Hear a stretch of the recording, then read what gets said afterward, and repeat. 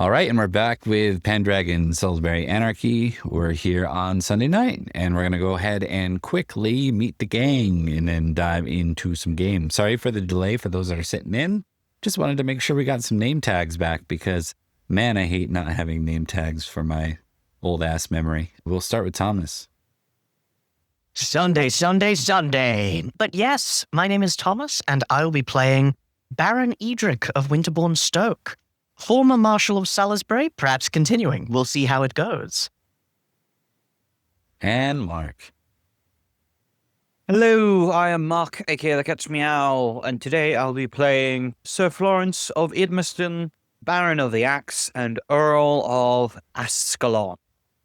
I'm excited today to figure out what exactly Florence has been up to in my absence, in his maddening rush through the forest.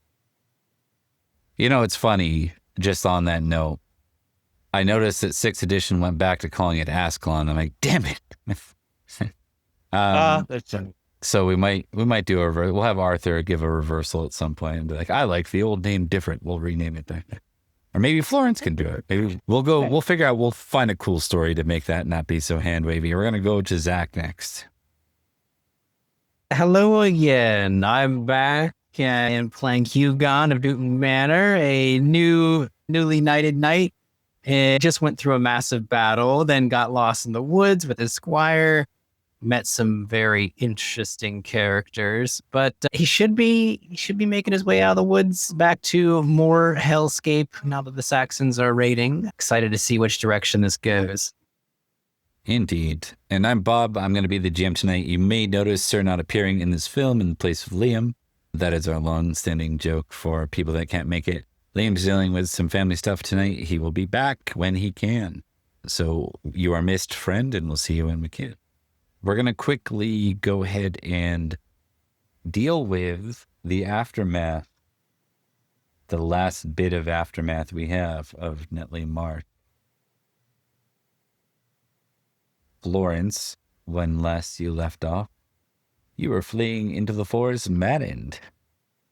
And you did have some Jimmies and Billies of Durnford, I guess technically of, what is that called? Devices.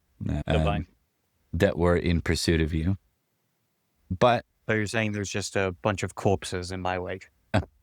well, we're going to see here. These guys have okay hunting. I'm gonna take the average of their hunting. But you're not traveling on a path. So you don't have a competing hunting. I think yours is just your friggin' horsemanship. To not like fall off or hit a rock or something. We will give you a -1 to your horsemanship. And you cannot impassion because you are maddened. Actually, technically, let me just check. What does it say down here? For madness, are you suffering a -10 right now? Because it might be. That could make it. We're doing 5.2 or 6. They're using the ones we use for feast. So madness, lose 1 passion. I do not see a -10 on that one. I think it's after the madness is finished. I must turn the character sheet over to the GM. I see a -5 for melancholy. I do not see a -10 for madness. Thomas, what do you see? I'm looking. I don't see a -10. Okay. We're going to assume it's not a -10. Yeah, I think the problem is when you're in madness, it's not that you're rolling things and having a penalty. It's that the GM is deciding what you are doing. Yes, indeed. All right. So real quickly, Mark, roll a D12 separately like 4 times. D12. 2, 3, 4. Okay. 9, 9, 12, 10. All right. Interesting. And then What's the code of my luggage? indeed. I'm going to need something a little more epic than that. That was too slow for what's going on. Let's see. Is this good? Let's see. This might be 2. Yeah, it's 2. 2. Let's go fantasy adventure music. There we go. All right. And then I will take your horsemanship roll -1. That's a fumble. Oh no. Oh Starting boy. off well tonight. Okay. You end up right in the thick of the forest. You go right off trail, and you're not worried about anyone behind you. It's just your own sort of reckless behavior. As you kind of go off the trail and you're following through and you can hear the sound of others behind you. You go through like what is kind of some thick brush. And then it's like all of a sudden you're like, oh no, I'm not landing on anything. And you look down and you see the hill, and your horse is just like ridden off, like, and is kind of just sort of air walking right now. Oh And no. yeah, you go tumbling down. Hey, welcome in, Raiders. Good to see you, friends. And quickly do a shout out here. We're playing some Pendragon Going at 6th the right edition, 5th time. edition, actually. 5.2 edition will be at 6 very soon. We will continue forward here. All right, so you have fallen off your horse. Let's do a quick, for those that have it, eat shit and fall off your horse. There we go. Yeah. Because that's always appropriate. So, Florence, we'll start with a D6 for the damage you take flipping down the hill. I'll stop you right there. I'm unconscious. Okay. Right. I'm Roll unconscious and dying, actually. Roll a D6. No matter and what I roll. it's even more important. Yeah. -3. -3? Okay. We see Florence, and like through his eyes, we see. Do you want to tell us, sort of, as you start to lose consciousness, what your last comments or thoughts are? I think it is of Pomponio, his dead wife. Kind of this delusional dreaming as he's like barely conscious, looking out, and he sees her standing in the distance, and he kind of holds his hand out towards her before everything goes black. That's perfect. So then we cut the camera to Florence falling unconscious, and we hear the sound of footsteps. We assume it's those knights. And we see a gnarled staff land in front of him. And we see Merlin bend over. And from that, we cut away.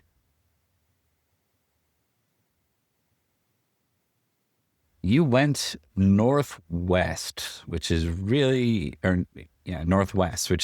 interesting because your rolls, I use like a clock, and you rolled west, or northwest, north. So like pretty good. Like you're kind of moving along back towards Salisbury, which is really interesting. So Your heart knows where your home is. I have a quick question, and it's all right if people don't remember. When Mark went into madness, was the 100 Glory recorded? I don't know. Because Mark, I was do you not know? there when it happened. I don't believe so. Then I shall do it now. Hey, Awesome. Rose of the Thorn. You get insane and dying and maybe kidnapped by Merlin, but it's very glorious.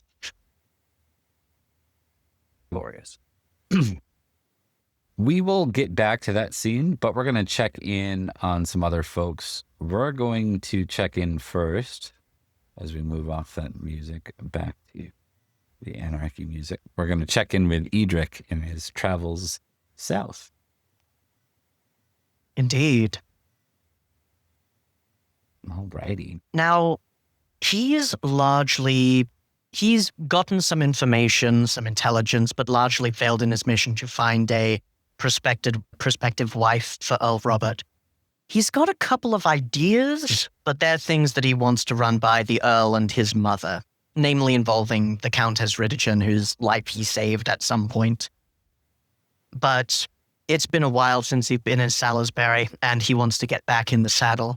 Does he still have the Queen in tow? Is he bringing her back to Amesbury Abbey? Was that part of what we declared last time? We didn't mention it last time. Why would you suspect that, I guess, then? That's what I'm not following. Oh, we went up with Queen Igraine to see the family. We made no mention of if she did or didn't come back. I think she'll stay. Yeah, she'll stay then. So you were kind of Sounds departing. fine. That was your alibi for going up. Like she was going with or without you, probably? Yeah. Right. Unless someone remembers differently, because that was like 2 months ago. A long time ago. 2. All right. As competent as a rider as she is, it's much faster work when you're not escorting a noble guest. How are you going to travel down south? Do you want to go, like the best roads obviously are down, strangely enough, alongside the Saxon shore because of the roads through London. Those are your best roads. And I mean, London's back in the hands of the right people, but it is very close to Saxon land. Or do you want to cut through Forest Sauvage? Because those are your choices, basically. Or you can go all the way around to Pendragon and down, and then you're just passing on the edge of Forest Sauvage. Old Nanteleod territory, which you don't know where any of those loyalties are right now. Have you even learned about Nanteleod? I don't think. Yeah, he's been away, and it happened quite recently. Yeah. He's riding south. He has no reason to believe that anything's gone horribly wrong. I will note that'll probably taking the west road would probably take you I think we established this a long time ago. It takes an extra month or 3 weeks. Yeah, I think as much as he would like to go through Nanteleod territory and south through Marlborough, he's confident in his skills, especially now that he's not escorting the Queen, to go down the roads near London. Okay. From Londinian through Silchester to Sarum. Okay. Perfect. Roll me a D10. Let's do it. 9. Okay. As you near London, you have an entourage with you, right? You're not solo. Who do you have with you? You have your own squire. You have Gawain, the boy Gawain. He's got 2 of his own squires, and he's got Gawain. We never made mention of a convoy of knights. Do you have any household knights you would have taken with you? Yes, Sir Aid. Okay. So Sir Aid's with you. That's not quite enough to be a convoy, but it's an entourage. Yeah. And it's enough for them to contest you at the border. So as you move into Thamesmouth, a number of knights ride up to you.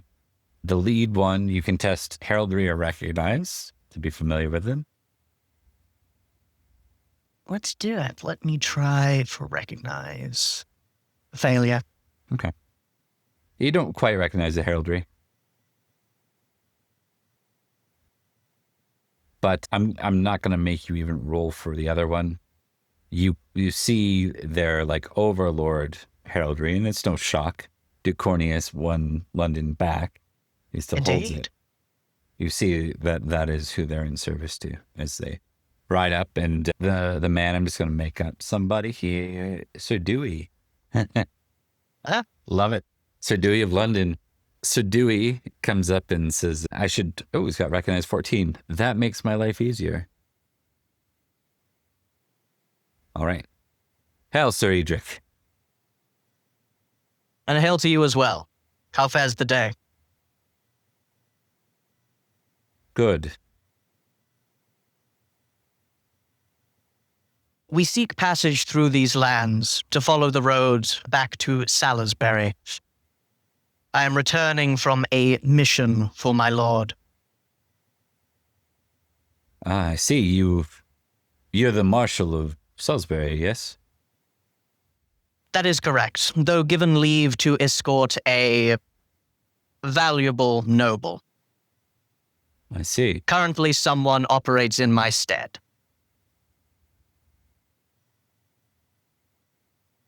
He looks behind you. I'll note I gave him a -10 penalty to recognize for this. This is... Yeah. Is that Sir Lot's son? I think Or King Lot's Edrich son? kind Yeah. of... Edrich looks impressed despite himself, and he will say, in the interest of honesty, yes, he is. His mother put him in my charge. Very well. In the interest of honesty, I'll have you know that Duke Corneus just passed away this morning. My condolences. Who rules now? As far as I'm aware, he had few heirs. He had a nephew he named Sir Durfel. He's been Sir Durfel. called for from Lindsay. He's not yet arrived. Long may he reign. You may ride with us if you wish. We'd be happy to escort you to... Do you ride to London or through to Silchester? Through to Silchester, then to Sarum. It has been too long since I have seen Salisbury. He nods to that, sort of realizing, he says, have you heard the news by way of the armies against the Saxons in Wessex? Unfortunately, not as such.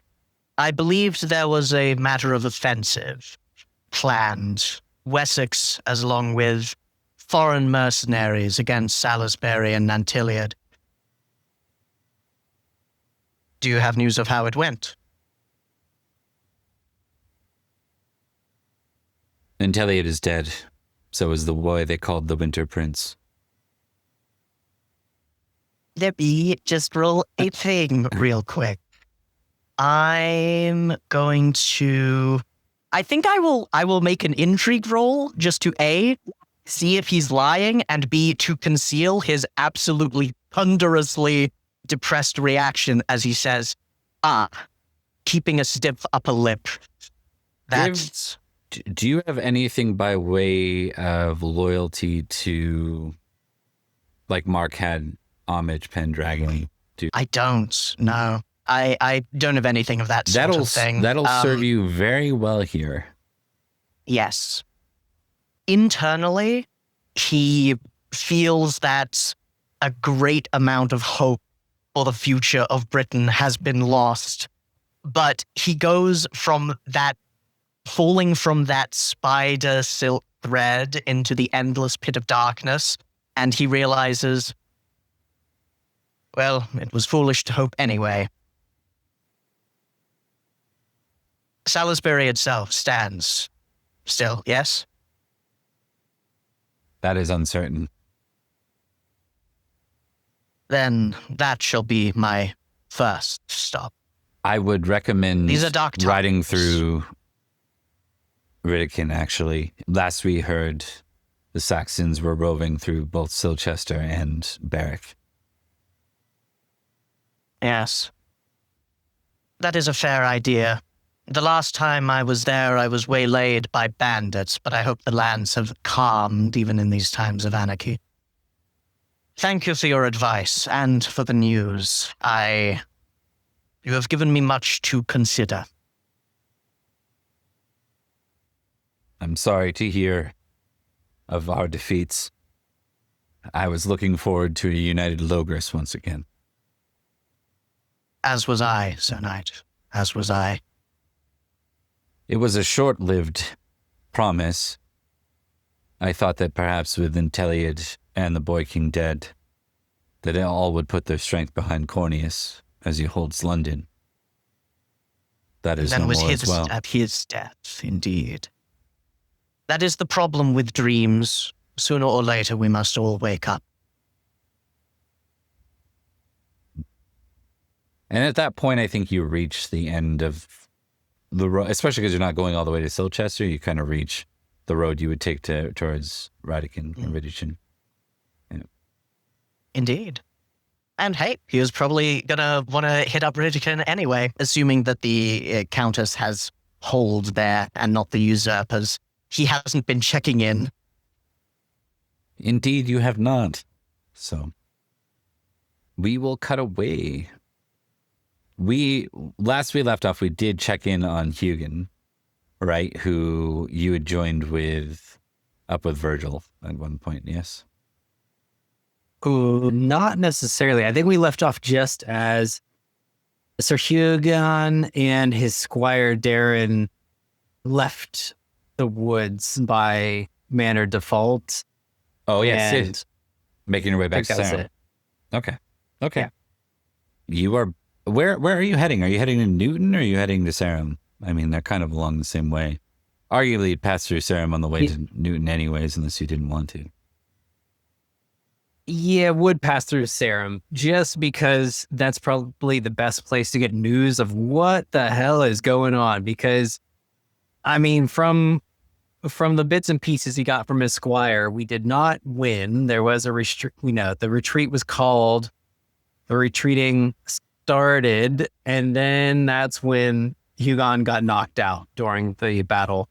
Woke up in the woods, and we've traveled our ways out now. So he needs to find out what happened, who's around, what the status of every side of that was. All right. Why don't you roll me intrigue as you reach Sarum, Intrigue. and then roll me a D10 as well.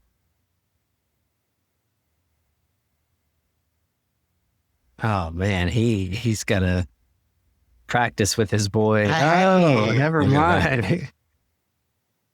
Okay. The So confirmed the rumors are that Nanteleod and the Boy King are said to be dead. Or the Winter King, the Winter Prince, rather. That was my slip. The Winter Prince is said to be dead. They say that the Saxons are pillaging Salisbury, and there's no certainty of what's happening in Silchester. You find out that Robert was very recently knighted alongside your, cousin? Is that the right? Yeah. Yes. Yeah. Cousin. Yeah.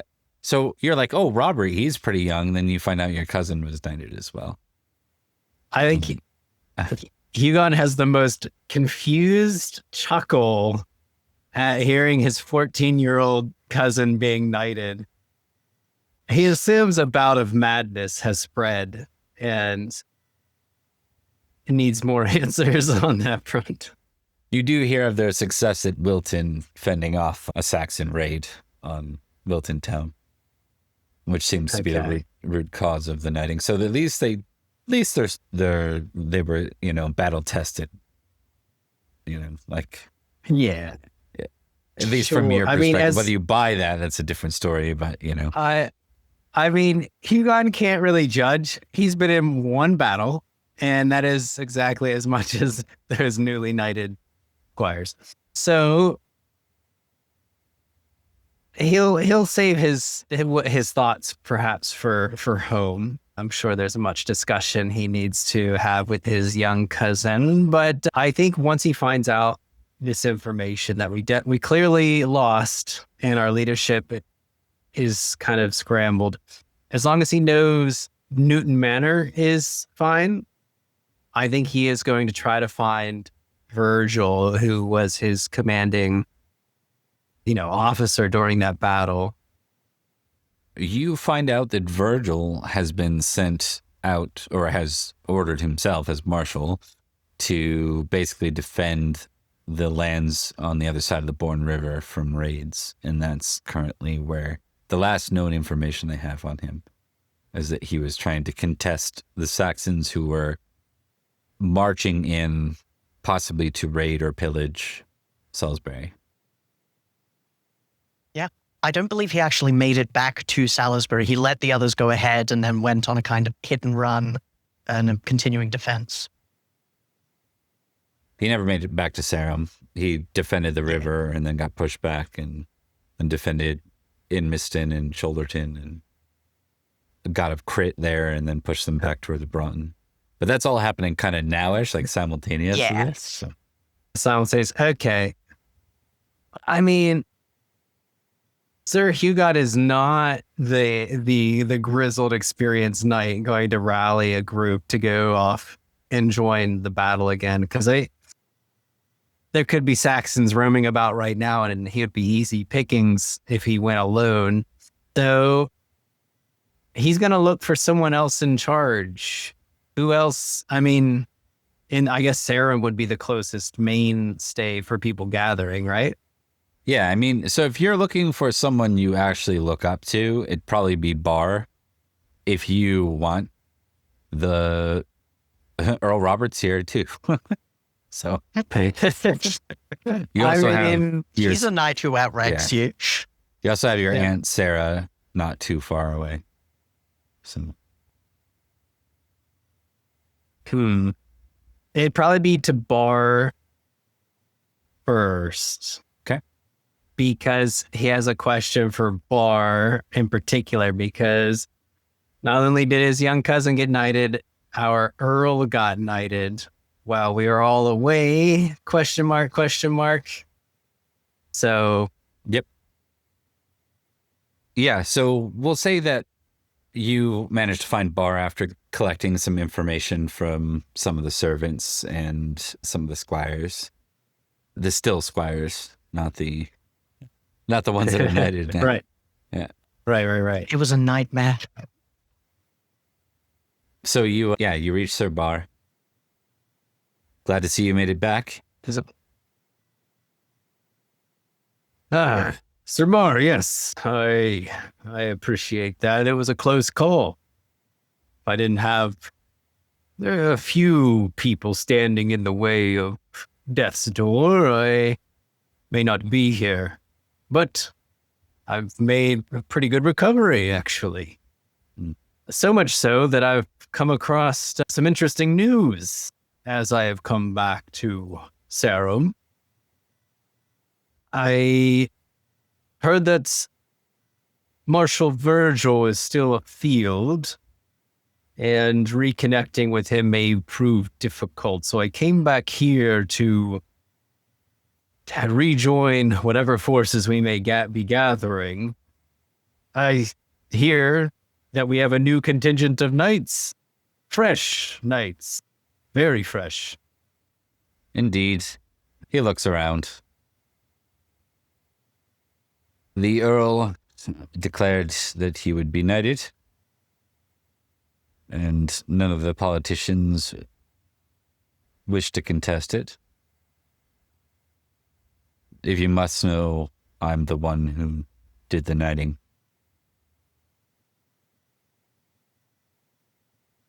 I see. And I think Hugon has like a smile on his face. It's not like a jabbing smile. It's more of like, this is preposterous, and it's kind of humorous in the wrong way.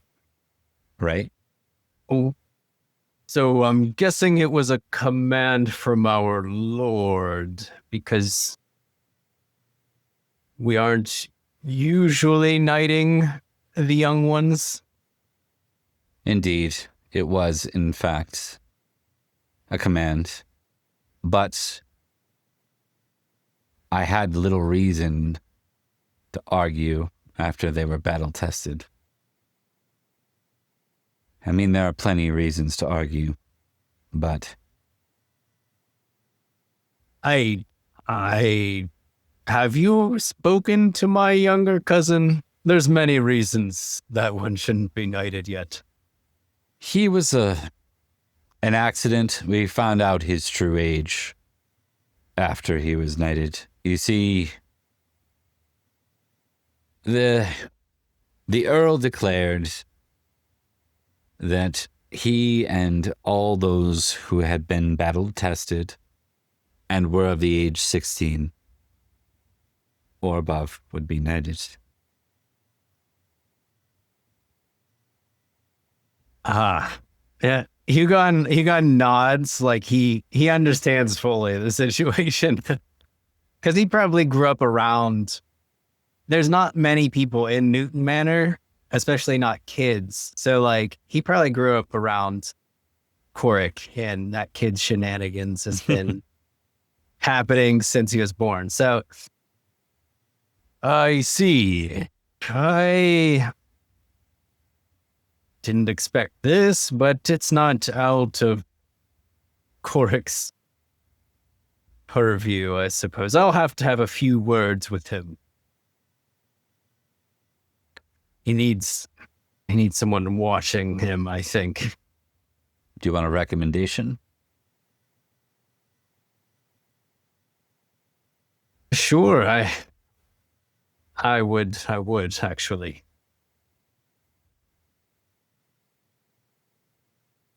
Before Leo went ahead and got himself into the mess he did, he was always spouting off about the most ideal way to do things. And even with his absence, I still have him in my ear. The boy was deceitful. I don't think it was such an accident on his part. Until he's of the age that the Earl had declared, I would find the most disgraceful, disrespectful work. Not dangerous, just something that really tells him his place, and that such things will not be tolerated in the future. I tried to discuss this with Earl Robert, but he is too busy gloating over his own adulthood. Yes. I think this could be quite wise. He does... Sir Coric needs to learn a lesson from this, and I think it's high time that he learns all of the responsibilities of knighthood, I think. And that goes along with many guard duties, traveling road protections, the boring things between the strongholds.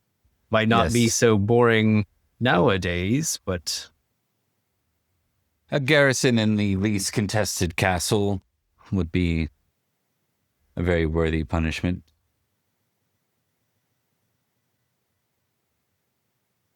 I didn't think I would have to pull rank in my manor so early, but he gives me no real choice in this. There were some more, well, Wilton was successful, but it was not without its own loss. We lost knights and future knights that day.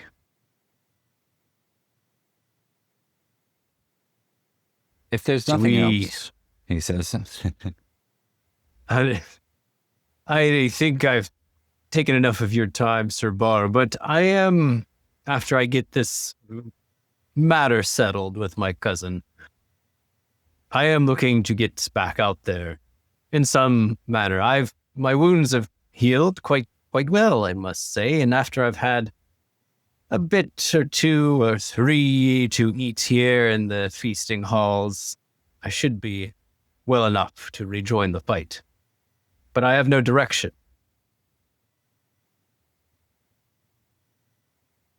If you truly wish to join the fight, you'll travel up the Bourne with whatever convoy might go there. I will warn you that most of our convoys are either deployed or will not be. Though the manors are important, we cannot lose our garrisons in the castles. Not when there's an active army about. Then Newton Manor will see it done. I'll find at least a few knights if I can find any. We'll make a solid group and head to join the main. Very good. All right. Is there anything else you want to do with that scene, Zach, before we cut over to Florence again? I don't think so. I gotta think of what backwater area to send that rascal Sir Coric for a couple years. Right? You guys do technically own West Gentian right now. Lavington. Yeah. We do. He's gonna cause trouble wherever he goes, but it's fine. It's fine. All right. Absolutely. All right. We're going to go back to Florence. Deep in the woods, Florence. You return. You are no longer maddened. And you are partially healed. You're not dying. You hear the sound of rustling, Mark, as you look about and sound of running water nearby. Humming. Definitely a man's voice. And then all of a sudden, Merlin appears.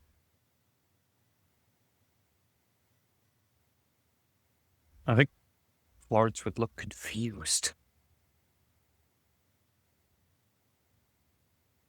Why is it always when I'm dying, you seem to crawl out of the ether? The Ether. It's an odd name for the mainland.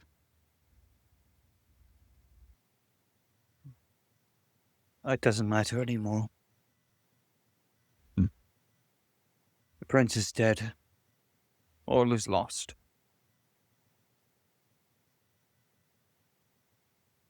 He kind of studies you for a moment and nods. You mourn the boy, the one they called the Winter Prince.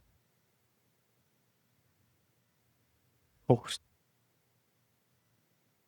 It would not mourn a nation's lost hope. Most nobles of Cornwall, he says. I'm not just some noble of Cornwall. I am a fool who hoped for a better world.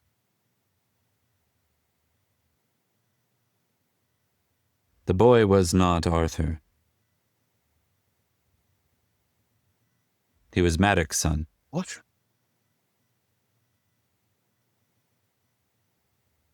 The son of Madoc. The one that could not be found. He was found by Nanteleod, or his knights. I would say it was a relief if it was not also a knife to the heart. The death of another Pendragon. Though it is not Arthur, Eliwald was an honorable boy, would have been a great man. Better than his father. Certainly better than his grandfather. Yet he was also taken from the world. Indeed he was.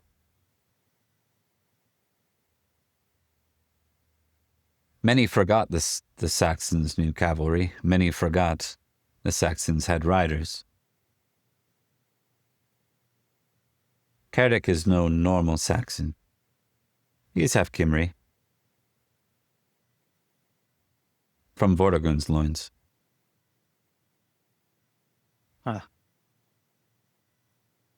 Once again, Vortigern's name stains this land.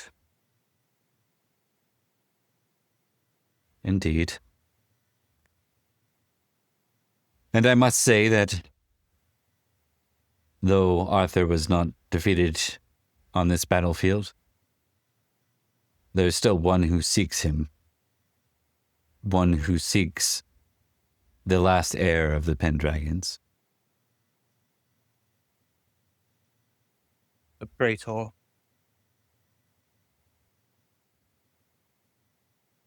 It is no coincidence that his banners were found within the banners of Wessex.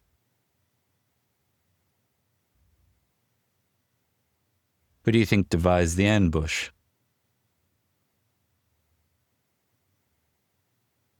Of course.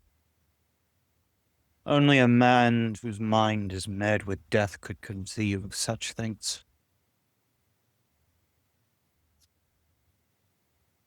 When he is organized, he will continue his search. And unfortunately, the boy, though safe, is not. Such things can be undone. Do you know how long we have? Zagreus will begin to move again by next spring, I'm certain. What information he has between now and then will be in question. But clearly not enough time.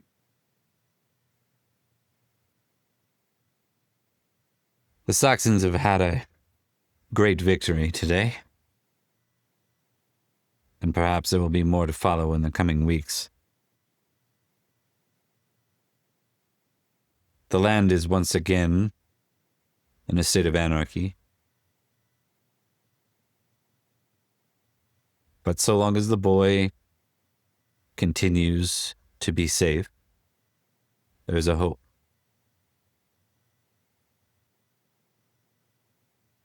What now then? We simply wait till he is ready? I fear we don't have that kind of time.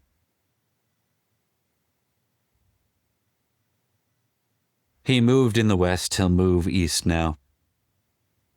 There's one more that he can target, someone that won't require an army. A bastard daughter of Uther. She resides in the White Tower. And she is in danger. Seek your brother. He's met her.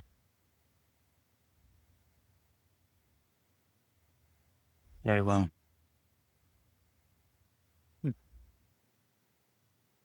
will not be welcomed in Salisbury very easily, but it is important that you speak to Edrich.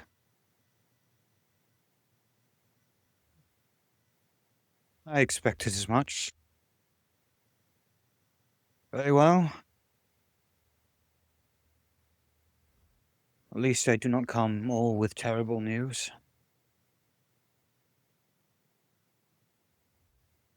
I will move to find Perin. Yes. You should be notified. I'm not certain where that one is, but I'll find him. Certainly do have a habit of finding people. Or losing them. And he smiles.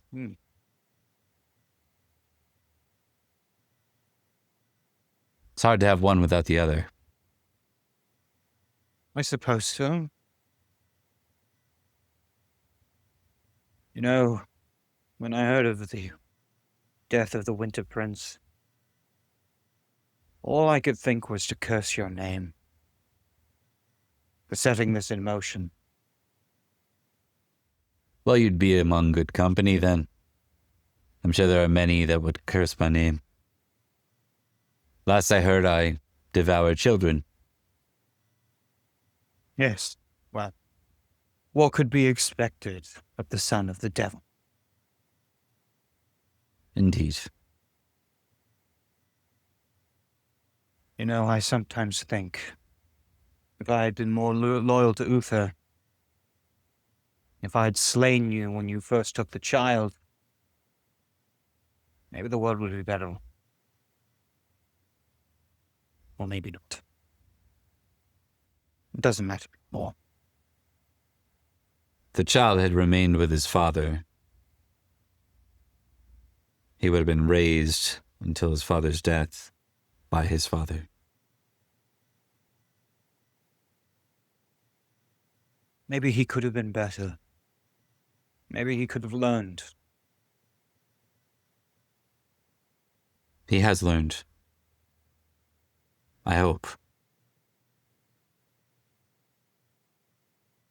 Yes, well. Uther is still my king. And I will pay for betraying him. I already have. Picks himself off the ground. You sought the future of Britain. You trusted my words. If what I have seen comes to be, you will not regret it in the end.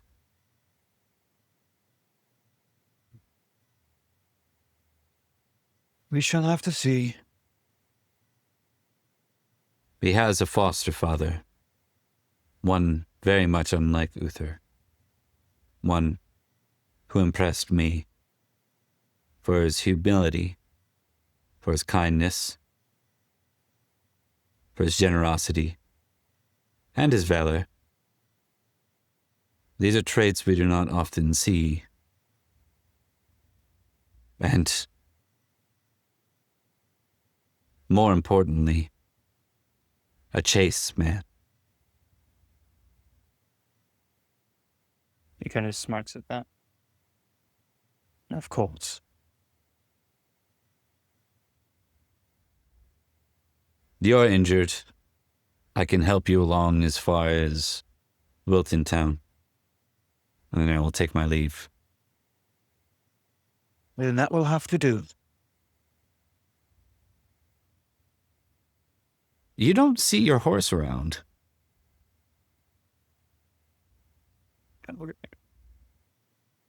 Did my horse survive? No. It's a shame. It was a gift from an old friend. Go low. Yes.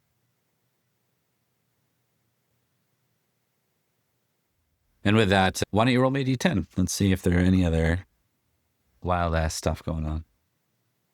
Suddenly 6 goblins jump out of the bushes. Yes. 10. 100 goblins along the path. They run into the way of your new steed, Stormageddon, the Shadowfax. Okay. We cut back to Edrich heading into Radichin. You know Radichin a little bit. Oh, yeah. You know that Oxford is like the Oxenford is the appropriate place. Of course, that brings you a bit. You're going to pass through Albans to get there. And then you're going to go towards Oxenford, which is just on the edge of the Forest Sauvage. Indeed. He's fine with skirting the edge of the forest. It's just when he goes in, he knows there's going to be 10 Fey Knights trying to capture him for the 4th time, and he doesn't want Gawain to die. I don't know what you're talking. Never. Speaking of, it never happened. Speaking of Gawain, like, to someone who is not used to Edrich, Edrich travels due to the endurance of the horses. When they need rest, they stop. Because Okay. Edrich doesn't seem to need sleep. And his squires are kind of in the circadian rhythm of, if you get about 3 to 5 hours of sleep a night, that's good. That's true. You are, as Edrich, very much. What's your energetic now? It's like really 20. Yeah. Okay. That makes sense. But it's notable in he is for quite some time, for like an hour or two, quite maudlin. Not that he was boisterous or gregarious before, but clearly deep in thought after hearing of the defeat of Nanteleod and the Winter Prince, the death of Duke Corneus. Mm-hmm. But even after that, a few hours later, he speaks up as if shaking himself from a fugue and goes, "Right. Gawain, once we reach Salisbury, I will ask around to see where the last known location of Sir Florence is. I know that Cornwall was most likely involved in the last battle, but if I were Mark or Idris, I would not have sent Florence there. Regardless, whichever way it is, we will find it, and worst comes to worst, I can escort you to the Axe, or Ascalon, as it were. All right, and sounds good. He will nod to that, but give me a intrigue test. Let's figure out what you know about the young boy. The young swallow. A success. 6. All right. You know that he is pretty keen-eyed, like good hearing, such. He travels through the forest very well. At times he's... What's your hunting? My hunting is not that great. My hunting is 9. Yeah, he's better huntsman than you. Like, you're realizing as you've passed through the little limited woods you have, you're like, whoa, he's actually pretty good at this. Yeah. We'll assume that you've had a chance to practice swords with him. He's as a 15-year-old, he's better than most knights. Indeed. With a practice swords doesn't mean that in reality he won't get tossed around at 15. Yeah. Right. He seems to be keen in, like, good on a horse, good with the lance, pretty proficient in battle. Definitely like a king's son. Definitely someone who's been, what he's probably most known for, his energy is pretty close to yours at 18. And Hell yes. you sense a strong sense of justice in him. He seems to have very strong thoughts about most things, not leaving them to the typical might makes right arbitrariness that we see in these times. He's known to be generous, and he's extremely valorous, and of course reckless. I think Edrich definitely does appreciate traveling with, like, a squire so young but so skilled. Definitely good. He's a competent traveling partner, and he's not so proud that he's like, this boy's showing me up in hunting. Right. There are many better hunters than Edrich. For sure. It's why he doesn't like the forest. With that, why don't you roll me a d10, friend? 10. All right. Perfect. To Oxenford? To Oxenford. He's got friends there, and even if they don't need to stay a night, they can replenish their water skins and head on. Okay. Why don't you regale us all, including anyone watching, with your memory of what last left off with the Ridichin Chronicle when you were a part of it? From last, I remember Florence and Edrich were going there escorting a scholar of sorts who wanted to, like, open up a library and, like, purvey very rare texts and tomes. But while there, we were assailed by bandits. Making our way across, we discovered 2 brothers, 2 of 3, I believe, who had taken command of Ridichin. They were, like, famous even back in Uther's day when they did the usurping from the rightful heir, which I think was Countess Ingwen, or Ingwen as it is, because she doesn't have a county at the moment.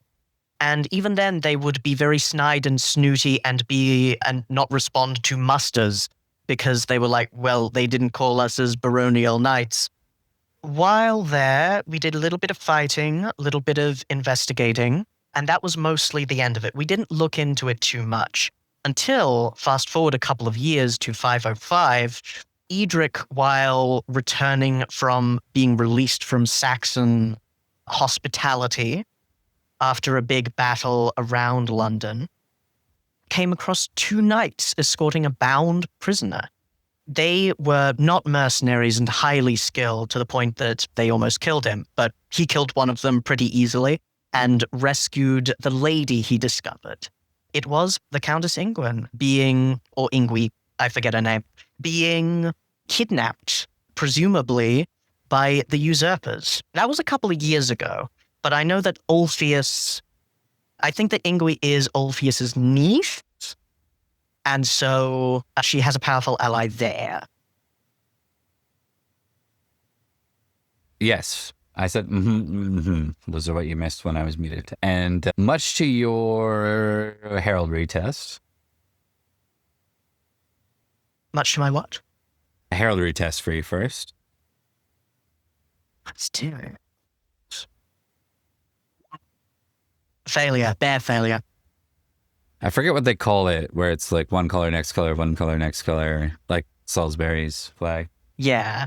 Whatever Stripey it is. thing. Yeah, I feel my thing. heraldry in real life. Yeah, I actually knew what that was for a long time, and I can't remember it right now.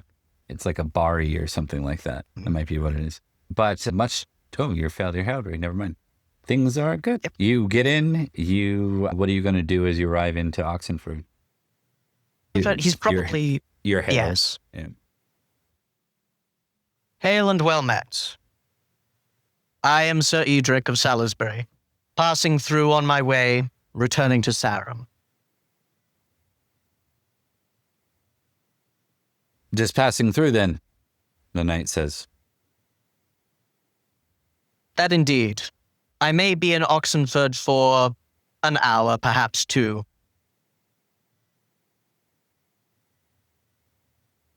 Give me roll. What are we going to do? What are we going to do? Suspicious? No, what would I do? Edric's presented very strongly at times in things. Give me an intrigue test. Let's see about it. Success? Okay. Oh. You notice the men, when you mention your name is Sir Edrich of Salisbury, you notice the men begin to move to surround you. He smiles, and it is not a pleasant smile. But perhaps we can move on even faster.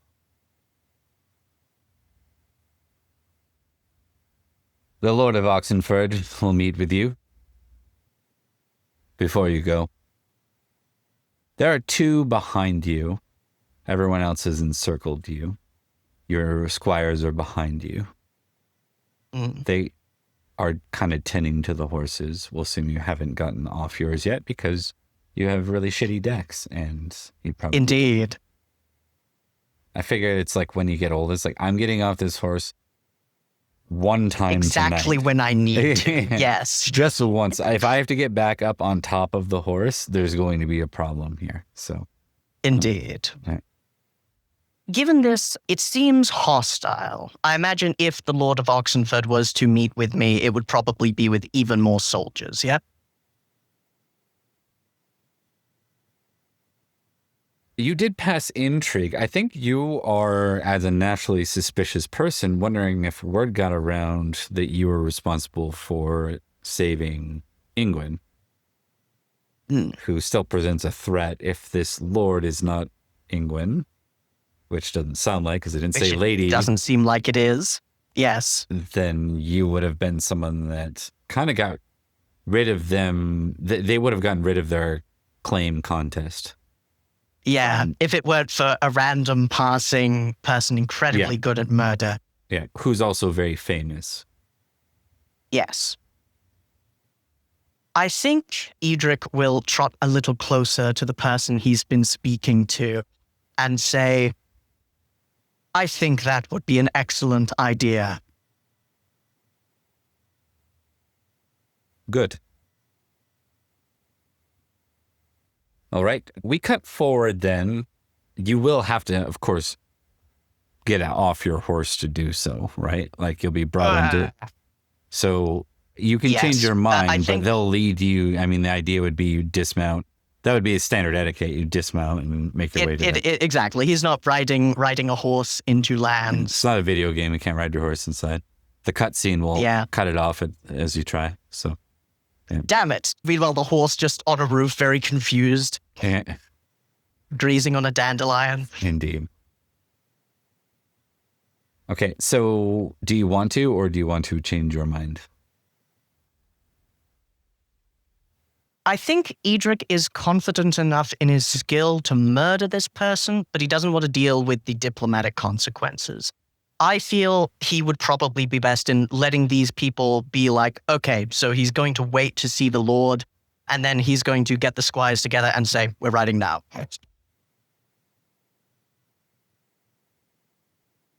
Okay.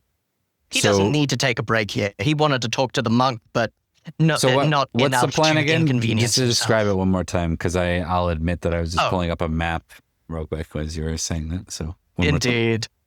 Basically, say that, of course, we'll meet with him, by all means. And then when they go to get them and there are fewer guards around, Edrich will just quickly whistle and he and the squires will zoom off.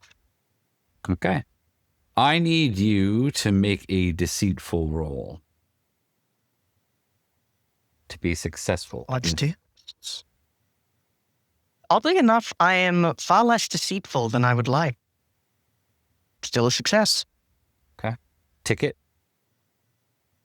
But that's good. That is good. I will contest with a pretty big penalty, so 5. So I'm going to roll a d20 versus 5. Yeah, okay. Yeah, so they clear, like, your word is taken as an honorable knight. So there's only a couple of guards that remain, the ones at your back, unfortunately. But the others start to march forward with the assumption that you'll dismount and head this way. You're left with... Oh, okay. Only one directly behind you. The others are like still in range, but they've kind of wandered forward, like they're escorting you. Indeed. And as they go, he'll kind of wait for the squires to catch up a little bit as if he's fussing with his bridle and trying to get off. One of his squires probably goes to help him and then he waves them back. And... No, go now! Break left! Okay. I need you. I'll roll for Gawain because he actually has awareness. I need you. Actually, you can roll for Gawain too. The other two, you're going to make a squire test -5 for, just because this is not the standard fare. Like, you know, Indeed. but for Gawain, he's got a 15 awareness, so I'll be applying that. Absolutely. This is Wellen. Critical squire. Okay. I'll say he's the one that you talk to. That makes sense. Yes. And success on Edrich. No, sorry, success on Cadwell, that's his name. Well, we know what this adventure is going to be and- about if Gawain fails. So Indeed. So Gawain was 16, yes? 15. 15. 15 for his skill. 16. Okay. Gawain had dismounted, taking your words at face value, and he looks I kill people surprised. for a living. And he was Yes. off his horse, and he has Yes. to turn to ride back. And the guard, just as he goes to turn back, puts the spear right up to Gawain's throat, and he goes like this. I'll kill him quickly. Okay, I will note the spear's at his throat. My word is my bond, mostly. And I'm confident in my ability to kill him really, really quickly. He will either attack me or he will die. Okay, we will see. What is your reckless We will. score? My reckless is 13. Okay. But your valorous is higher. What's your proud at? My proud is 9. Okay.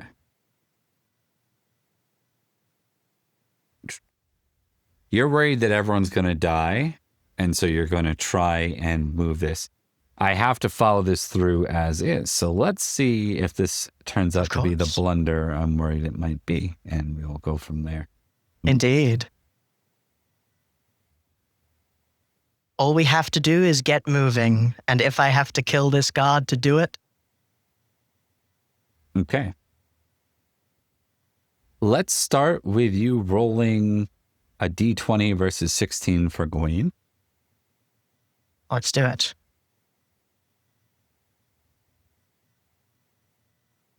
Eight. Okay, and then go ahead and roll me your attack. Critical. Okay. So the way this works and how this could have been very bad is If Gawain scored lower than the guard would have executed the squire because he didn't trust himself on being able to pivot against you. Indeed. So Gawain managed to take the end of the spear that's at his neck, and just that split second where the guard notices you and firms up, he pushes the spear aside and rolls away, and then you come up and with a sword, I assume? Is that what you're using? And you rolled sword. And you cut the band. Let's go ahead and roll crit damage and damage. It doesn't even have to kill him, but on a 40, it probably does. He's down at the very least. There are 3 others in place to try and contest. Gawain is not on his horse yet. Your other squires Gawain, get moving. Yeah, he is, but there will be a round where they threaten him. What do you want to do with this? There's 3 of them. Edrich will... Gawain, to me, seems like less of a threat or concern. They can probably stop him, but they are not likely to want to stop him if Edrich is... Edrich will try to defend if it is possible. If it is not possible to defend, then he will attack and get their attention while Gawain gets on his horse and rides away. He made an oath. Okay, you will be splitting between 3. Alrighty. You'll be making a full defense action if you want to go that route, which means you do not deliver damage. You simply... I'm fine with that. Okay. Does that give me a modifier to anything? Yes, it gives you a +10, but remember you've got your pool to split from there. So you split your pool by 3, and then you add 10 to each. Indeed. Okay. I'm going to go 9, 9, and 10. So 19, 19, and 20? Is that correct? That's right. Okay. So this against the first. Success. Good. This against the second. Success. Oh! That's good. One of them falls over. And the last one. You succeed at this, you're in the clear. Indeed. I have succeeded, but we'll see how much by. Or if I do at all. Oh, I might take a hit. Wow. Oh. Look at that roll. That was 6 dice. My God. That was 6 dice. Indeed. 1, 2, 1, 1, 2, 1. I rolled 6s, right? Not if this were Legend of the Five Rings, I'd be describing myself in very flowery, poetic terms about how I move like water or stance myself like rock. But it's very brutal. It's very quick, and it relies a lot on other people making mistakes that Edrich is too experienced to make. And even as swords get through, he blocks with one, getting in front of Gawain. The other, he moves to attack to make them flinch. They drop their weapon, and then as the second bounces harmlessly off his armor, he Indeed. All right, and it's like a viper when he wants to be. We watch as the 3 squires and Sir Edrich flee. You will get 25 glory for that. Yay! Okay. We have to get rid of those guys. Now, before break, we return to Hugin, who has entered the fray of battle. So... Oh, okay. You were moving out with a convoy to try and fight at the River Bourne, yes? To sync up with the armies. That is the plan? Yep. Right, yep. We're going to assume some interactions with Virgil eventually, but I think what happens is you manage to catch... You're one of the groups that comes to the aid of Virgil's stand against the enemy at the River Bourne. And so your convoy syncs up with that. we're going to do this as we normally do outside of battle. We're going to do this in a less fight kind of way.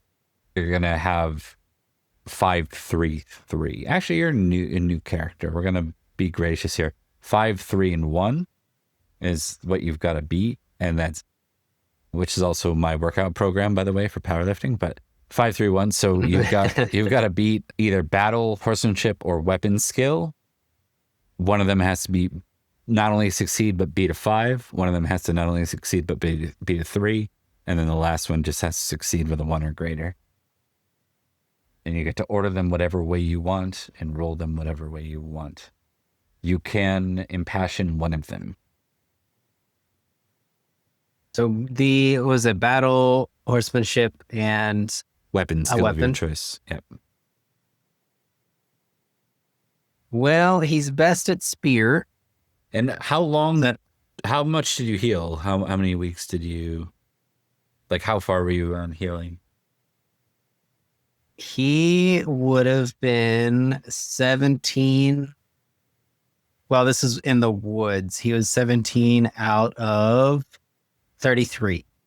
17 out of 33. So, we can assume 2 more weeks went by, so 2 more healing rates, and then you would have seen someone to patch you up. So roll D3 again. All right, healing rate of 3, and then a D3. Okay, so 6 plus 2, so 8 total you get back.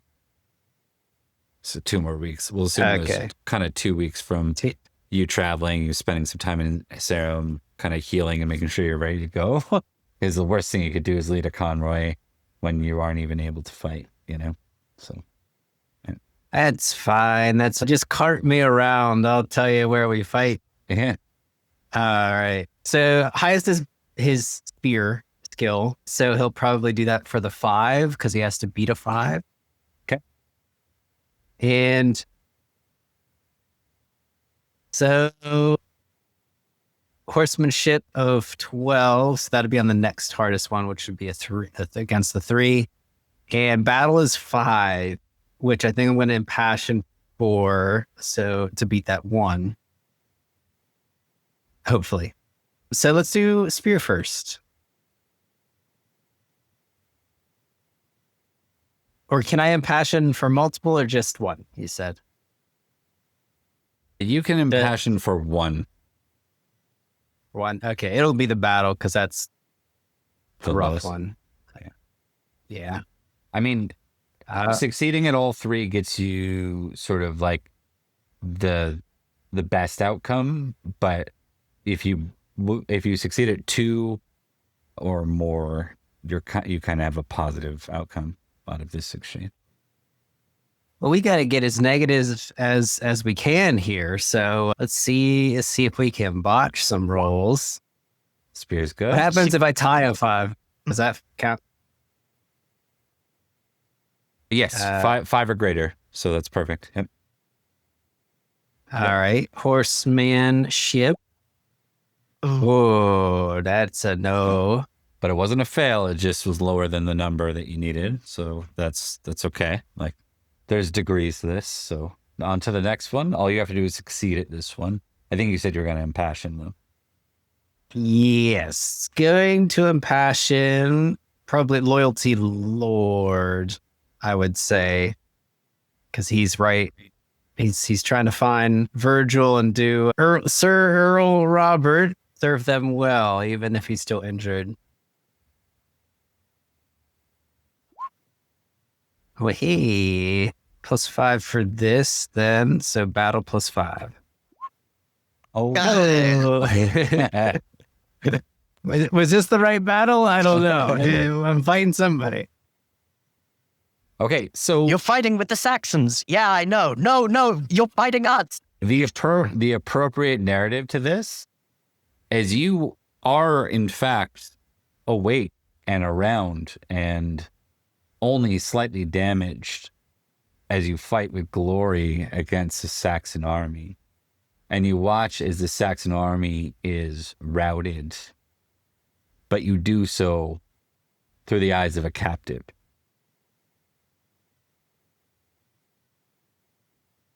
You are thrown from your horse and surrounded by Saxons in the fight. And though you're far from really damaged, we'll just see what that was. I think it two damage. Oh, it did. Hold on. Oh, six damage. Okay, that makes more sense. I rolled a d5 on accident in the last roll. 6 damage.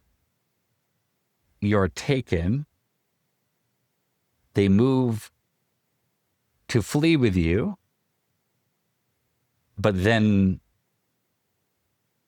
another army comes from Duplain, and the army's pincered, and you are spared being ransomed or being shamed. Well, you might, depending on how you feel about it. I'll leave whether you feel any shame about it, but you are saved the disgrace of having to spend a bunch of money to sort of bring yourself back, or worst case scenario, who knows what the Saxons might have done to you. Yeah, I may have been captured, imprisoned, and fallen in love with a Saxon. It could have been awful. Could have been awful. Well, that's brilliant. That's perfect. That's all part of the plan. Calculated, really. I don't think he is very prideful. Let me check. No, he's 14 modest, 6 proud. So he is more or less just incredibly grateful and will totally toast to his saviors as they free him. Roll a d10.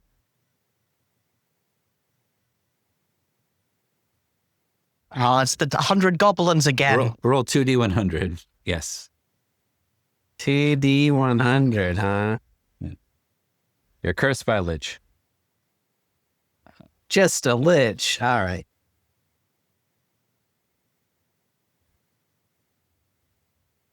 Well, that makes sense.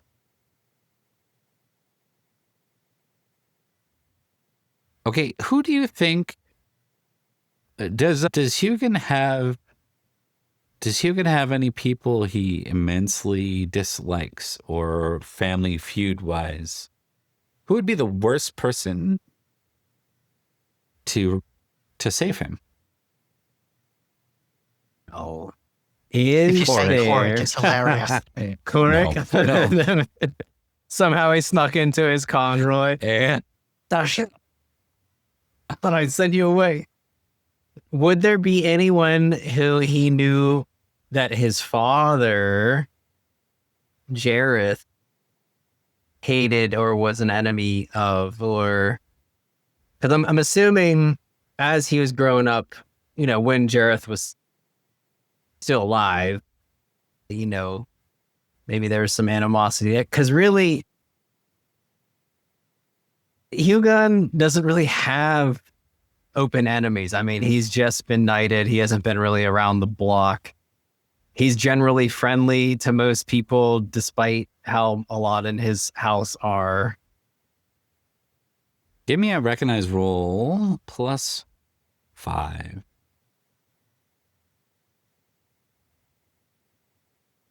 Oh, he's decent at recognize. Okay. You meet for the first time the famed. I'm trying to do the math on this. Let me just make sure this works. We're in 508. Albans happened in 495. Yeah, okay. You remember a flashback to a feast where your father met with some of the other important to-dos of Salisbury. And you remember one of the names your father spoke poorly of, Sir Perin. That bastard. You meet the... Wait, isn't he dead? Right? You meet the black dog, but it's this day that you're saved by the black dog, and your memory recalls with certainty that this is in fact Sir Perin.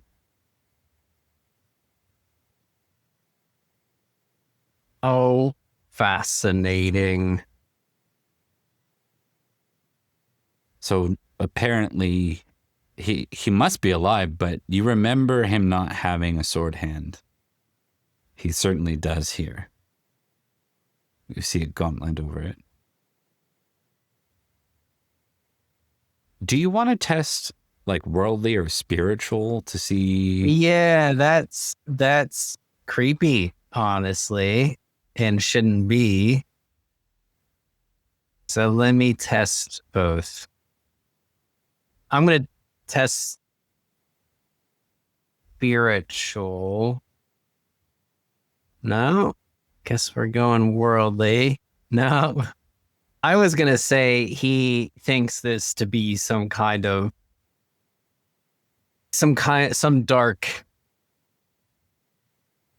magic or some unholiness, because you don't grow arms back. First of all, this guy's supposed to be dead. And he has both arms.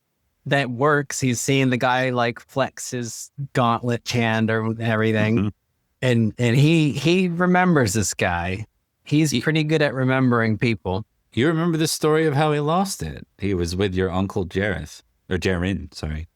He was with your uncle Jarin fighting Saxons and basically sieging by water or raiding by water Saxon lands. You remember Jarin speaking about him losing his footing in the water? Yeah. Uncle Jarin doesn't talk a whole lot even back then. Talked a lot about Perin. Yeah. So maybe less of a hate and more of a curiosity is what we're playing out here instead. Yeah. Yeah, I think it's a mix, and he doesn't know how to put it all together yet. I don't think he quite understands it, and he needs to think about it. And he definitely doesn't say anything. Roll a d6. He is not going to be like, Perin, aren't you supposed to be dead? What's that hand? To Perin's face. Okay. You have the directed trait suspicious to the black dog. Who is he? What is this? Why does this exist? Oh, that dog. Yeah. Maybe that dog. Maybe not suspicious. How would you direct this? Because the directed trait doesn't have to be at one trait per se. It could technically apply to others. I would say he has a intense desire to find out more. So that would be more of out of all these traits, maybe he'd be more reckless in finding out more about the black dog. Whether that be asking about the black dog and the retinue, or doing stuff on his own to find out more, his own snoopings, anything to find out more information. He's going to be more prone to. Yeah, that's what I was thinking. Trying. That's exactly what I was saying. More like you want to know, you want answers, right? Yeah. Yeah. And your fairy lore sucks. Yeah. Why don't you test it just in case? Because you might assume it's a changeling if you did succeed. Fairy lore. Do I even have that with the new rules? You might not. Just do folklore then.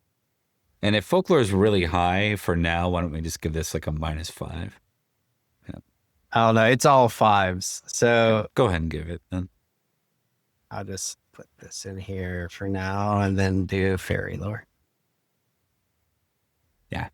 So it doesn't even cross your mind. You haven't even heard of a changeling rumor or anything. So there's no.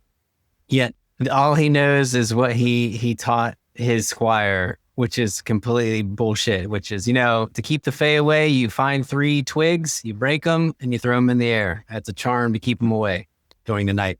Indeed. Okay, we will return at that point to Sarum, but before we do, we're going to take a quick couple minute break. Let's do 3 minutes today, boys, and then we'll be done in 37 minutes is our end time target. So we'll be back soon, On the folks, dot. and we'll see you soon. Sorry, I just put the group through a surprise. We're live again. I went to go set it up the way I normally do in studio mode, and then I clicked the start button on accident. So my bad. All right, we're doing back. it live. We're doing it live. All right. We see Sir Florence enter Wilton. As you kind of arrive, Merlin doesn't look too surprised, but you see Wilton has like clouds of smoke. Looks like something took place here not too long ago. Merlin stops at the entryway to Wilton. I suppose this is where we part ways. I would suppose so. The Good next then. we meet again. If there are. Indeed. That I don't know. It looks to Florence. Not surprised.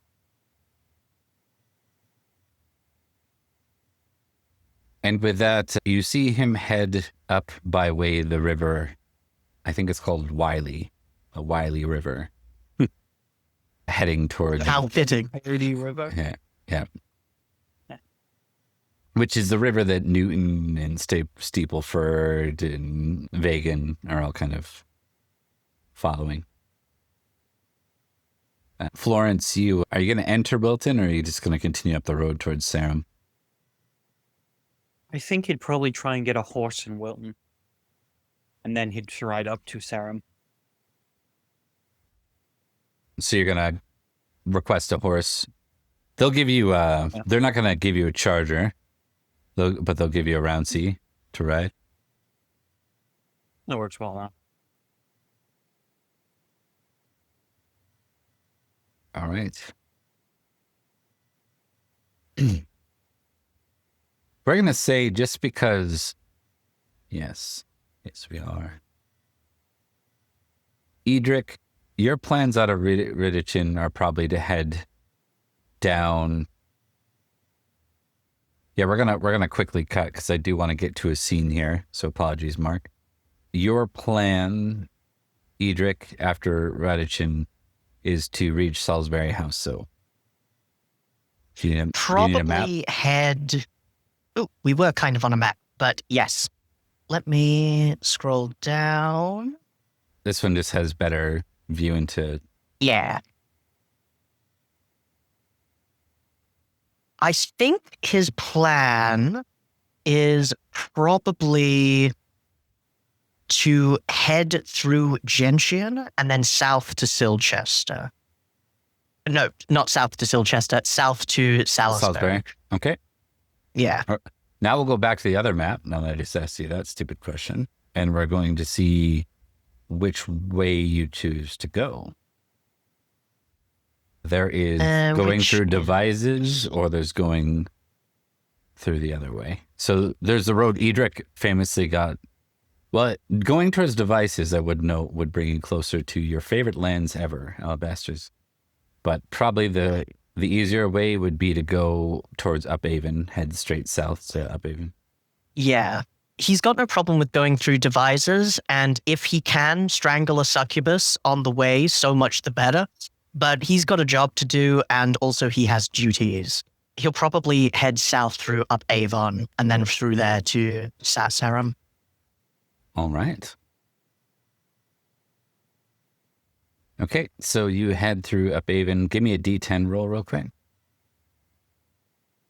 All the marbles. 7 marbles. 7 marbles. Okay, things pass without any other conflict. As we see... Edric's been having surprisingly good luck. Mm-hmm. You see Edrich enter Sarum, and it's going to be just before Florence will get there. So, just a day or two. Because Because you did not fight a It's war good this to be year. back. Yeah. Indeed not. So you're welcomed in by Sir Bar, and we're gonna say that Robert's busy right now, but his mother's around. Indeed. Countess Ellen, Sir Bar, it does me well to see you both again.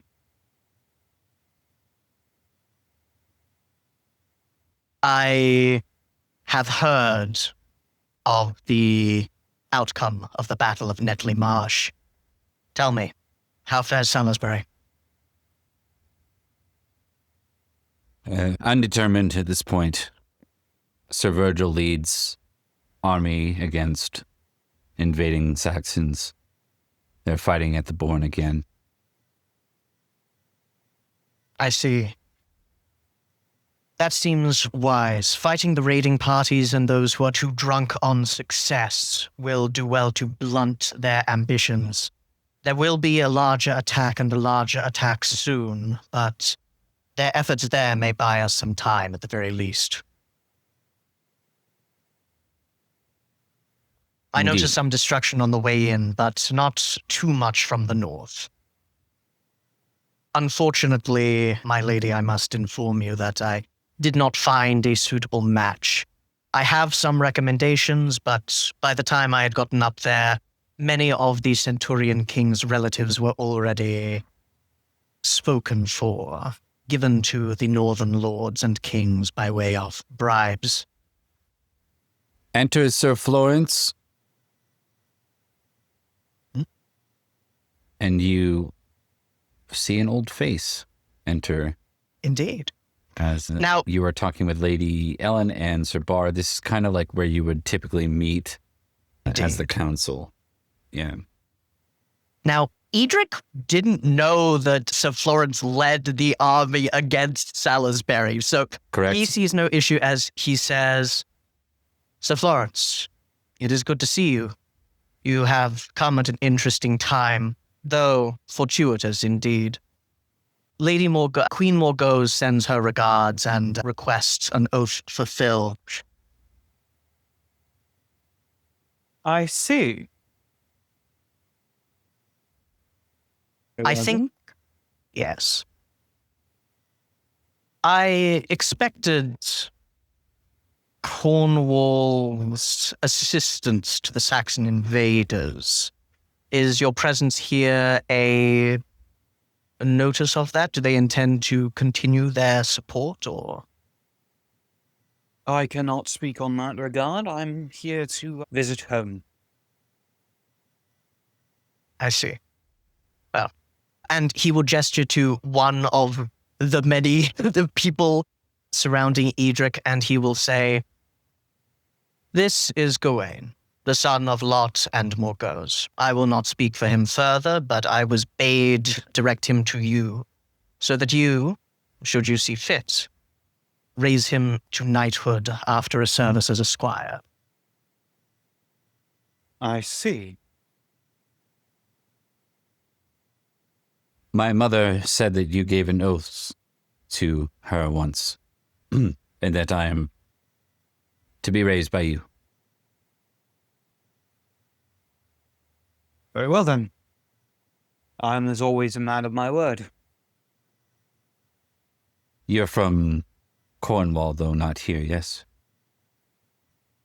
I'm from here originally, but some of my lands are in Cornwall. Good, I would like to see my grandfather's lands. And indeed you will.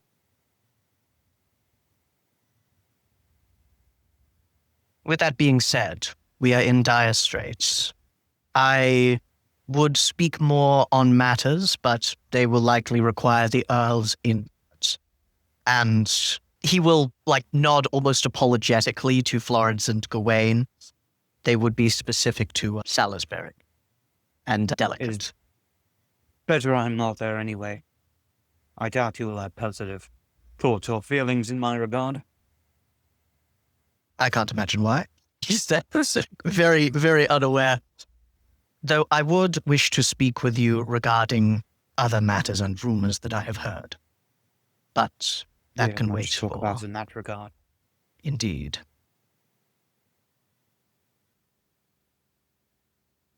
Are you muted, Bob? There's good news that the two of you should be aware of. Lady Ellen says, you've seen her enough to know when she's like being courteous versus being true. But she says, the Earl has been battle tested. He led a unit, a battalion to Wilton, defended it as a squire. He and the other squires who fought were knighted. They Yeah. knighted some squires. I don't remember us having many squires at the age of 21. Edrich does the math and realizes that he has a daughter that would have been in Sarum when they sallied out and says, I see. Sir Barr says, the Earl decreed that all who were battle-tested there and of the age 16 or above would be knighted, and those who were not would be knighted once they reached that age, if they wished it. I see the tenor of his thrust. I imagine battle-tested though he was the first to be knighted, yes? Such is customary. I am glad to hear that he comported himself well, as indeed the squires did. And as worried as he is, he knows that if his daughter had died, they would be treading way more carefully about the situation. And he will say, and I am certain that the squires did as well. The recent knighthood of, or rather the early knighthood of so many will be perhaps a boon in these times to come. We will need all of the assistance we can get. That being said, well, it will be up to the Earl when he is no longer busy. But If I it will be might the... Oh, yes? speak truthfully, we are knighting children. These are difficult Warrior? times. They have not finished their training. Which is why, should I return to my position as squire, there will be an accelerated program. And should there not be, should they be unprepared for what is to come, then there will simply be more bodies on a field. So we should ensure that does not happen. I certainly hope the children will at least be kept out of harm's way. But Lady what would Ellen's... their parents think? Lady, and it's funny you say that because Lady Ellen's one of them. So she's like, the first accelerated training that these children must receive is by way of courtesy. The words will be taken no longer with a grain of salt. An insult will be a duel. Or a foe. Oh, if something like that happened to my son, I certainly would not be happy to hear of it. Sir Barr clears his throat. What? Well, it's just that Lucius was amongst those present. What? You had my son knighted. The Earl had your son knighted. I admit, I am surprised that none spoke sense or tradition, but these are desperate times. And much of my sanguine nature about this is because my daughter is 14, and I have no doubt no one would be fool enough to raise a 14-year-old to knighthood, despite how capable she is. What right? That is my son. Indeed. The right should have been yours.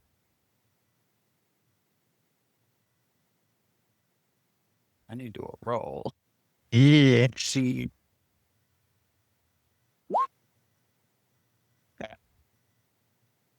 On test forgiving?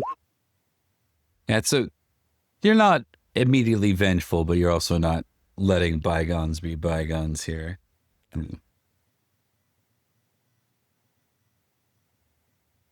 Lady Ellen says, with the news of the death of Nanteleod and the Winter Prince, much was in dismay.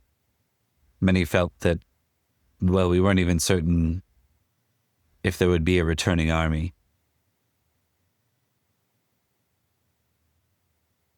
These are desperate I times. left my son here because I thought he would be safe. And this happens. As did I, with my own daughter. She just began her squire training, and apparently, with the rest of the garrison, they sallied out, because the Saxons unexpectedly... No one could have predicted that we would lose, and so decisively, and that the Saxons would get here. But, in so doing, needs must. And I believe that they assisted their knights. They were likely not doing the fighting. Likely indeed. No, I'm going to say that Ellen's a little naive to it. So she went and she speaks these words. She's like, she doesn't quite believe. You know, she's heard a lot of knights boast bullshit for a long time. She doesn't believe that these kids went and goonied their way to success. So, but Bar will say, they fought as squires do when knights are present. Now I'm going to make a roll. Yeah. Did word not get around that there is a mystery dame fighting as well? Well, you wouldn't have rolled vengeful if you rolled forgiving. Oh, yes, fair enough. In that Yeah. case, a success on forgiving, he probably thinks she didn't die, so all is well. Yeah, it's probably like, I don't like that it happened, but why begrudge Yes. that now? That's basically what it comes down to. Exactly. Like, there's other If she there's died, pressing no one matters. would be leaving. Yeah, no one would be leaving this office alive had she died. Since she is fine, everyone's good. I think with that, Florence should turn his attention to Bar. Know this. If something happens to my son, I will hold you personally responsible, Bar. You were the one who knighted the Earl. Indeed.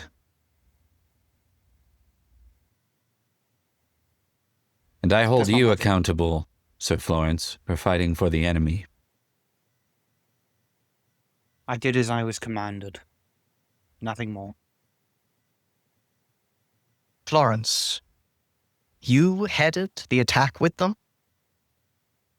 I was involved, yes.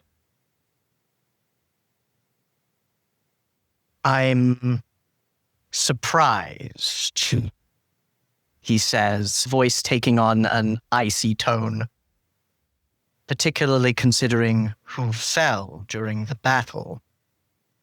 With this, Ellen speaks up and says, I would remind you all that you're in my hospitality, or the Earl's hospitality. You will keep things civil.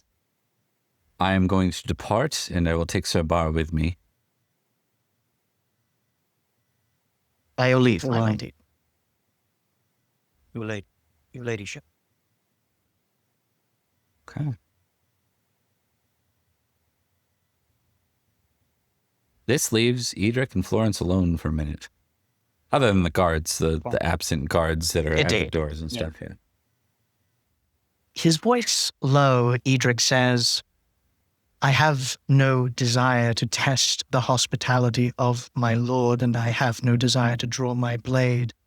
But considering the loss that all of Britain has felt, in these past few weeks, I am surprised that in those moments of the battle, your sense and your honor did not override your loyalty to a king who is an obstacle.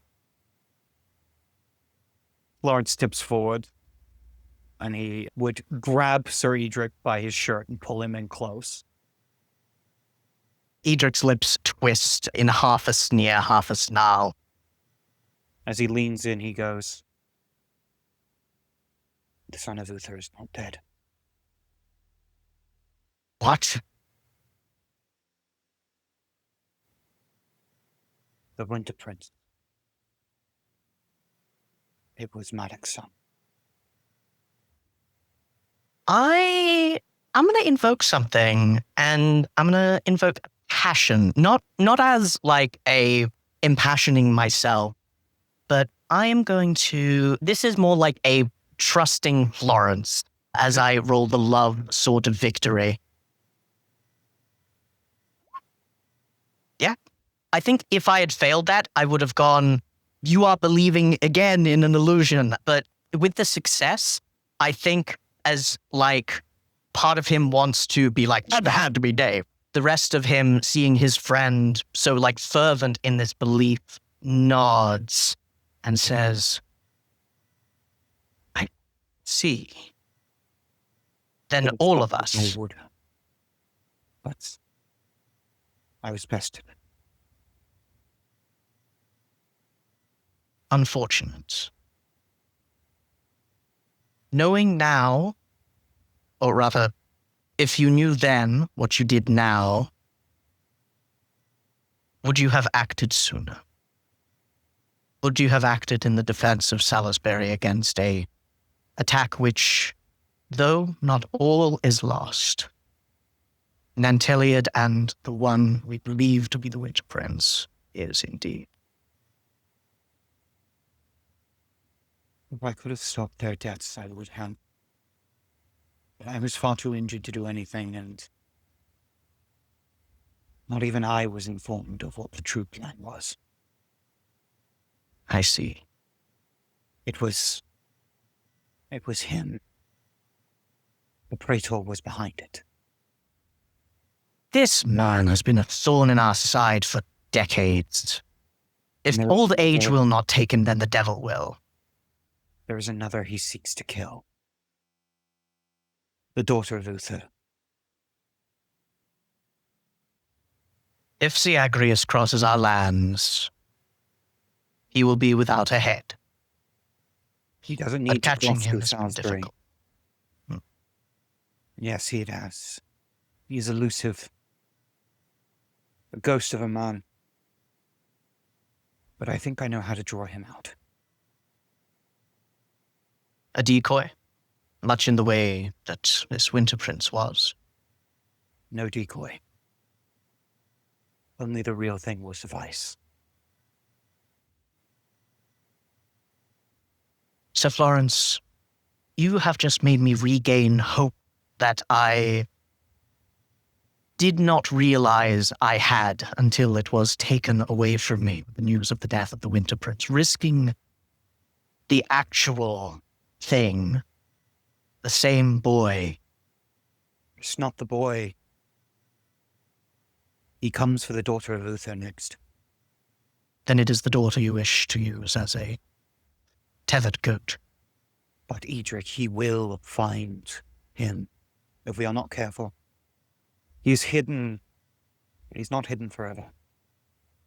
We must be vigilant.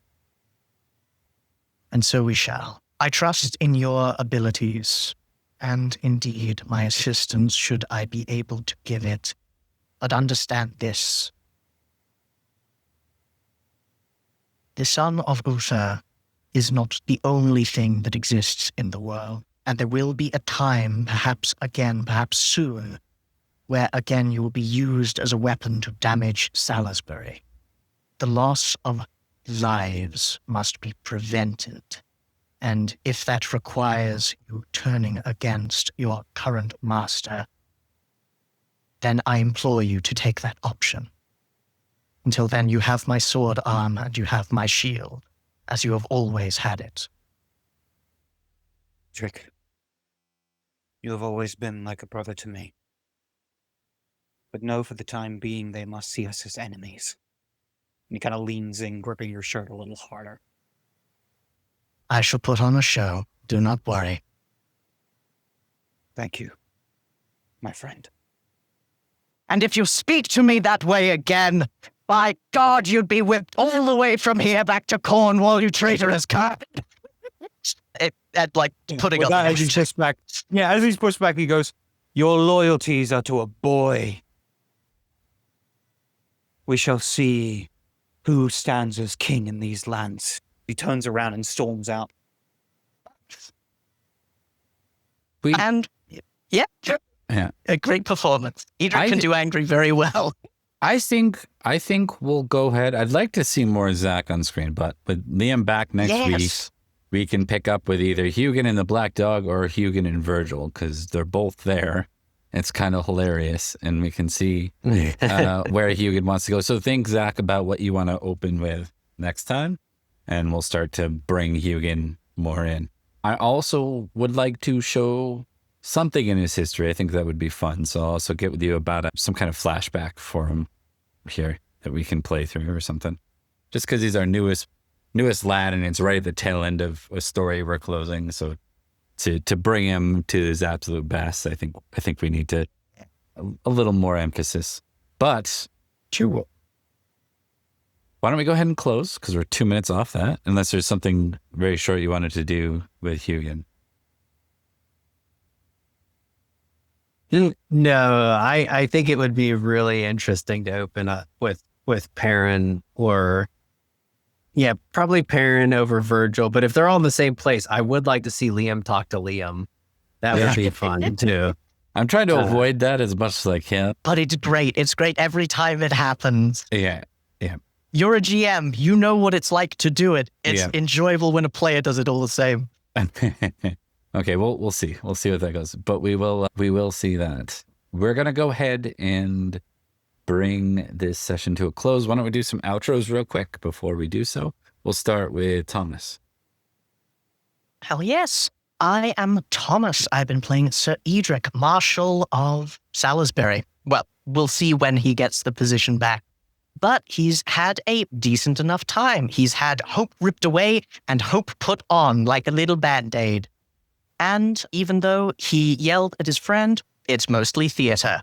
He understands that loyalty is a tricky thing to thread, especially when one's doing real politique. I exist online in this game and some games of Mark's. And that's me. And Mark. Oh, I'm sorry. I didn't see you there. I was just checking out our handy-dandy Discord. By the way, did you know we have a Discord? Come check us out. Lots of fun things on there, such as shit posting, art, memes, as well as notifications on whenever we go live, as well as new projects we are doing. Speaking of new projects, hi, I'm Mark, aka The Cat's Meow, and I have a new project that's going to be running on my channel this week. So join us on Thursday at 9:30 p.m. EST for a new series that will be of the vampire variety, with some new faces to the channel, but some old faces if you've been watching content here. So check us out there. I also am running the second part of the season finale of House of Tremere on Wednesday. So join us for that as we finally get to figure out whether or not our our little chantry of Tremere get to survive until the end. Other than that, you can find me on my channel. I have lots of stuff over there, lots of series, mostly around vampire, but soon, at some point, I will be branching out. As well, soon I will have a trailer for our new series that will be running on Thursday. So yeah, that's me. Awesome. And we will go next to Zach. Hello again. It's Zach here, playing Hugon of Newton Manor, and it's having a rough time of it. But sometimes you win, sometimes you lose, and you get captured by a demon man who has a magic arm and is back from the dead. So sometimes you get real lucky like that. And we'll see what comes next. But you can catch me also over in Mark's game, like you said, the Tremere Chantry. Oh boy, can we live through the final nights of our little unlives. Guess we'll see. We'll see Wednesday. That's me. Indeed. And this is Zach, not Thomas. And earlier, Thomas was not Zach. But the names are apparently linked because I changed one and it changed both from Zach to Thomas. So That was fun. yeah. Always my favorite. So I'm going to quickly do some quick shout outs and such, and then we'll go ahead and close. First off, just going to give a shout out to Havoc RPG. Check them out. They're a streamer and artist, and they run D&D. Good stuff. So let's talk about projects. We have 2 Saturdays from now, Daggerheart, that will be played by Mark and Cyberbro and myself in a GM rotation. So we're each going to GM one episode, kind of in follow-up to each other's session. So we'll be NPCing our character for the session that we're GMing. Cyberbro has kindly agreed to kick us off with that GM escapade. So it's going to be 3 episodes. If you're interested in checking out Daggerheart, be a good one to check out because we're all narrative boys. We are very used to narrative role-playing, and I think we'll be able to manage it quite well. In addition to that, in October, we are inviting a guest GM to run Delta Green, and Thomas has agreed to join the roster for that one. This is on the Saturday games we run, so these are usually shorter, 2 to 4 episode kind of series that branch out of Pendragon, which is pretty much the main thing I do here. So yeah, if you're interested, check that out. In addition, we do Pendragon here a lot. We are nearing the end of Anarchy, nearing the end of 508, which will be 1 year left in Anarchy. So we're definitely getting to like the close time of things. And things are closing quite nicely. We're tying up some loose ends. We'll have to get Gary back on here at some point, I suspect, to represent Siagris, the name mentioned many times of late.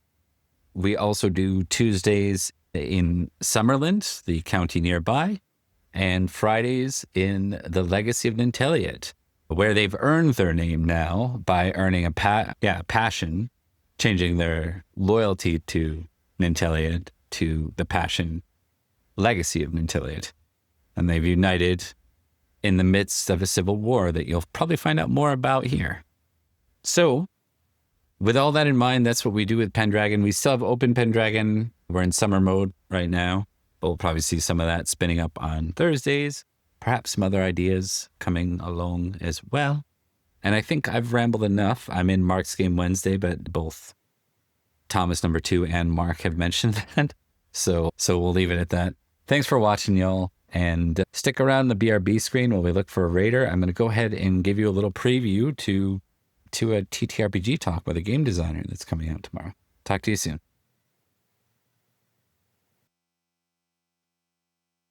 It's contaminating the evidence. Detective, what are you doing? That's contaminating the evidence. Great. It's never going to Andrew. We're not detectives. I'm sorry. I didn't want to hit you again.